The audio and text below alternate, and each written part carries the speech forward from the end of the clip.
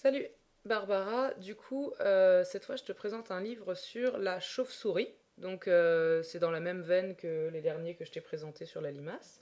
C'est Mango Jeunesse, aux éditions Nature en Vie, Fleurus Édition a priori. Donc je vais pas te le faire entièrement parce que c'est un livre qui est plus conséquent que la limace et qui est en fait pour le coup assez scientifique. Voilà. Ça décrit comment vit une chauve-souris. Donc elle vit la tête en bas, accrochée par les pattes arrière, ce qui est une façon pour elle d'être équilibrée, donc elle ne dépense aucune énergie à être accrochée comme ça. On en voit en groupe, là en plein vol il y en a beaucoup. Et donc ensuite ils expliquent l'anatomie de la chauve-souris, le fait que ça en fait c'est l'équivalent de notre main, que les ailes sont tendues entre les doigts en fait, et qu'elles sont constituées de replis de peau. Voilà.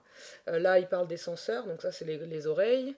Il y a aussi qui captent les ultrasons, donc en particulier, ce qui leur permet d'envoyer, d'avoir des échos de ce qu'elles envoient. Le nez qui lui émet les ultrasons, donc en fait elle émet les ultrasons, il s'en va et il revient et elle peut déterminer les proies ou les prédateurs à portée. Voilà, donc c'est plutôt bien expliqué.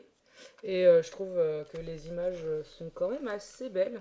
Enfin, les photos sont assez belles. Voilà, j'aime bien. On comprend bien le principe.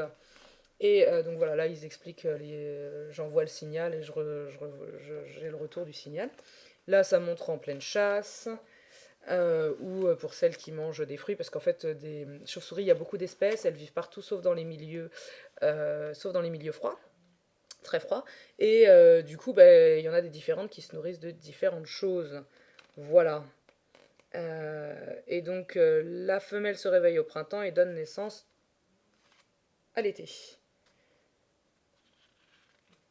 Hop. Ensuite, bon, là, il y a une page immense, comme ça, qui décrit la naissance. En fait, c'est la naissance, je sais pas si tu vois l'image. Mais en gros, c'est vraiment la naissance de la chauve-souris. Voilà. Euh, Hop. Et puis ensuite, là, ils disent justement qu'on les trouve partout, qu'il y en a de toute taille. Ça, c'est des toutes petites, par exemple. Je pense pas qu'ils disent que. Alors voilà, là, ils parlent des vampires, par exemple, qui sont celles qui se nourrissent principalement de sang bovin. Voilà. Je pense. Alors là, ils parlent des roussettes, parce que ça fait partie des plus connus en termes d'espèces. Et je pense pas qu'ils disent que la chauve-souris est vecteur de maladie, mais en ces temps de maladies et de virus, on sait que la chauve-souris est une bonne bête qui transmet des maladies aux humains. Voilà. Donc je trouve que le livre est didactique. Il est pour les enfants pas tout petits, parce qu'il est quand même très sérieux, et du coup pour le coup il n'est pas du tout présenté avec humour. Moi je le trouve intéressant en tant que tel. Voilà, si on a envie d'apprendre sur la vie d'un animal en particulier, il est détaillé. Voilà.